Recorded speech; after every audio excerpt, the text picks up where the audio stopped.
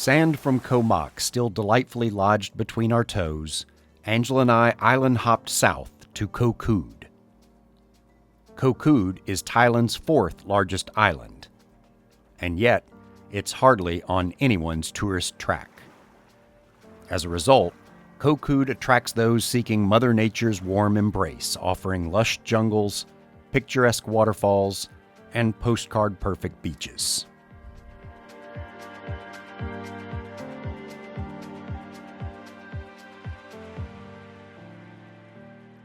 In the classic tales by J.M. Barrie, Peter Pan brings his young friends to Neverland, a magical place of adventure and escape. Here on Koh Kood, you're instead greeted by a giant, smiling golden Buddha, serenely gazing out across the harbor and effectively serving as a spiritual lighthouse.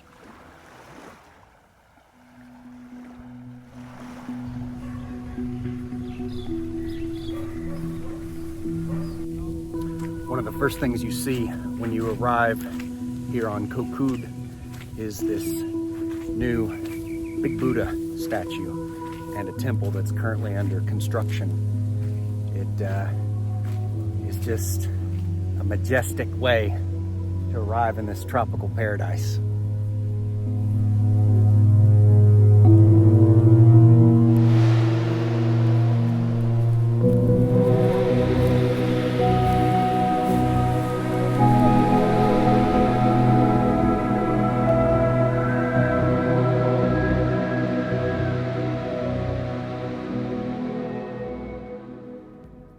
Some of the locals must indeed have a penchant for J.M. Barrie, as several of the resorts here are named after his Neverland novels. There's Peter Pan Resort, Captain Hook Resort, Wendy Resort, and of course, Tinkerbell Resort, where we stayed. Just as in Neverland, time seems to stand down here. Hopefully, so do Disney's intellectual property lawyers. Our spacious beach bungalow was directly on the water. Feels just like Neverland, but with a pinch of pixie dust in the fresh mango smoothies.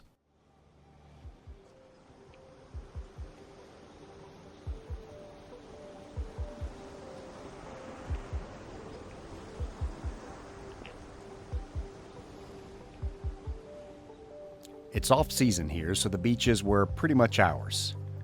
No foot-puncturing lava rocks or pesky pirates here, just smooth, sandy bottoms, idyllic for a dip. Woke up to a beautiful morning here on Koh Kood. It's about 79 degrees, 7 in the morning. It's probably gonna get up to about 86 or so not too bad for such a tropical destination. Forgot my sunglasses, rookie mistake. But the sun just popped up over the mountains or the hill in the background, and as you can see, it's a gorgeous morning. Calm seas, pretty much got the beach all to myself. So we're gonna go explore some more today.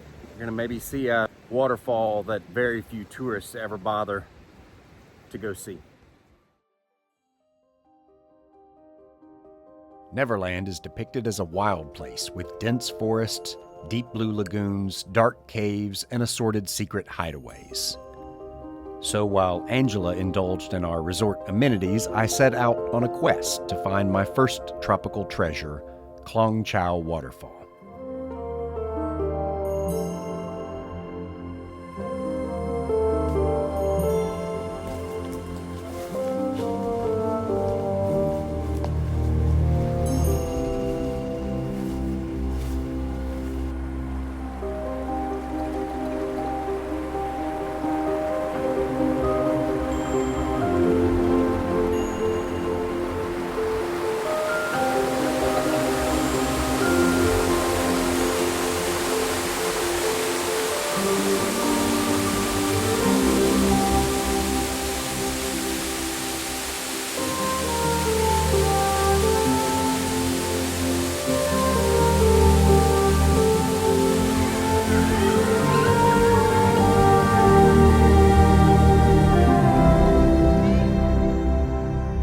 After watching a local family enjoy the obligatory lagoon rope swing, I decided to trek deeper into the jungle. I trudged upriver and further into the lush green landscape. It felt special, as in, holy shit, I could easily get lost and never be found again special. So far, this is a really beautiful trail. Canopy is extra lush this time of year during rainy season.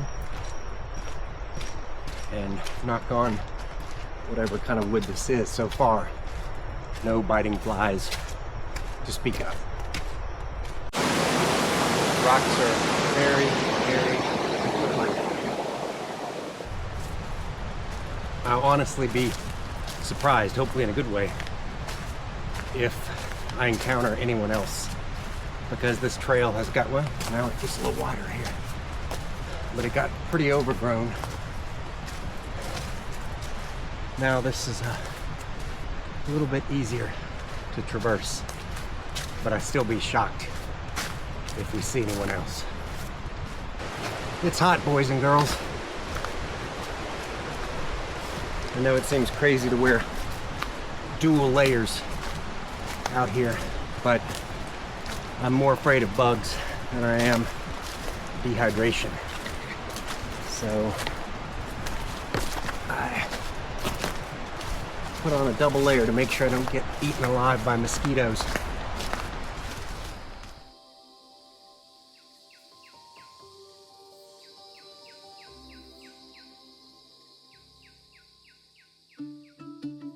On the far south end of the island, I found Ao Yai Fisherman Village. There are no foreigners or tourists here, just sun-dried locals prepping their nets, cooking up today's catch, and living the simple seaside life that they've inconspicuously enjoyed for generations.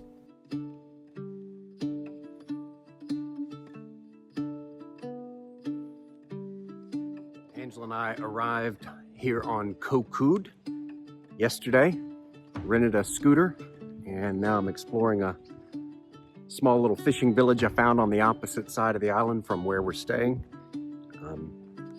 Thought I'd show you around.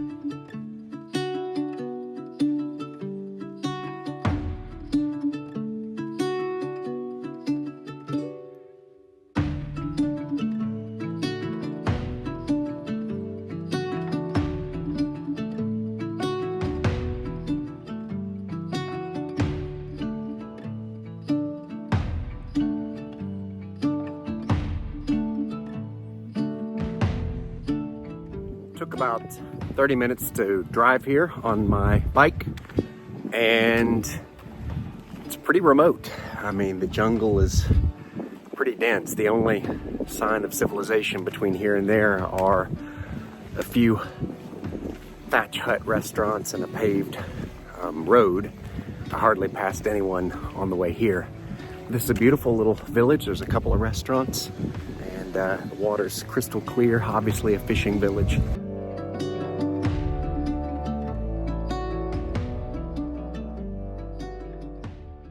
One evening, as the sun was setting and thunder rumbled in the distance, I ventured down a long, narrow road draped with vines and a towering tropical canopy.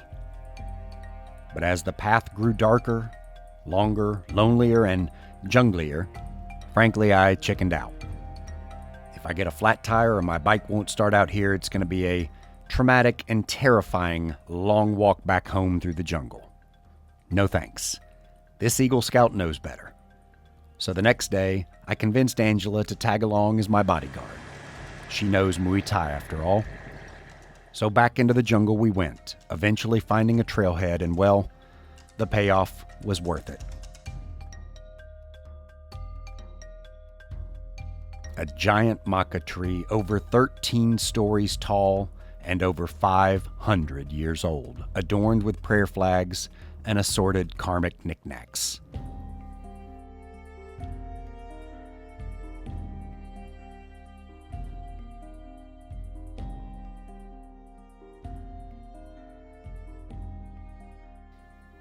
For her bravery, I rewarded Angela with a spicy pad krapao lunch at a random roadside restaurant.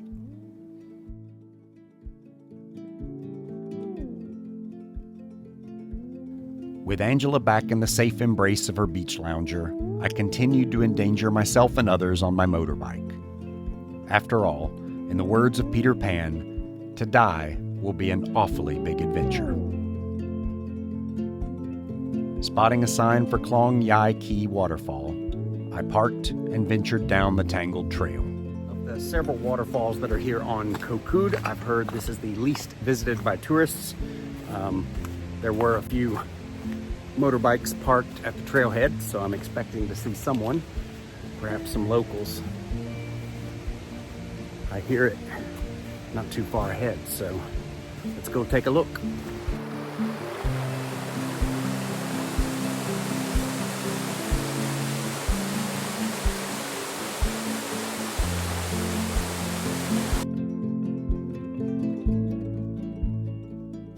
Really a gorgeous waterfall and not too far from the main road.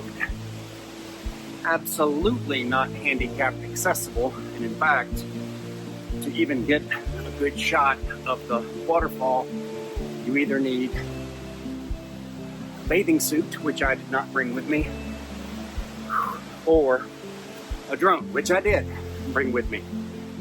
I do not have the best success rate with drones and waterfalls. I won't go into it for legal reasons, but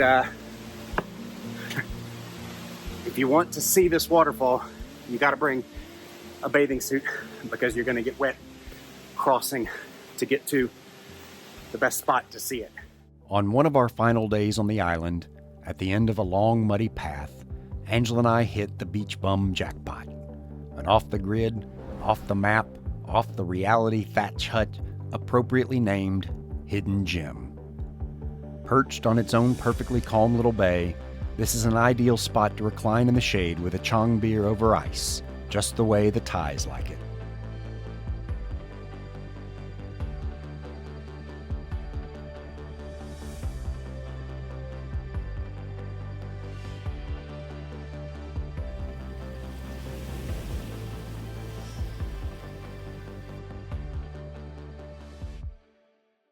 Koh Kood may or may not have fairies, but there's definitely a tangible spirit here. Much like Peter Pan, Angela and I flew to this remote corner of the world where pirates may no longer lurk, but the magic of getting lost still does. It's a place where the tick-tock of time grinds to a halt and adventure lies around every bend in the trail. From hidden waterfalls to ancient souls, Koh Kood invites you to disconnect and disappear. For a while, or perhaps forever. Ultimately, Koh Kood whispers the same truth as Neverland, that escaping from the rat race of reality isn't just possible, it might be the only thing that really matters. And the best part, you never have to grow up.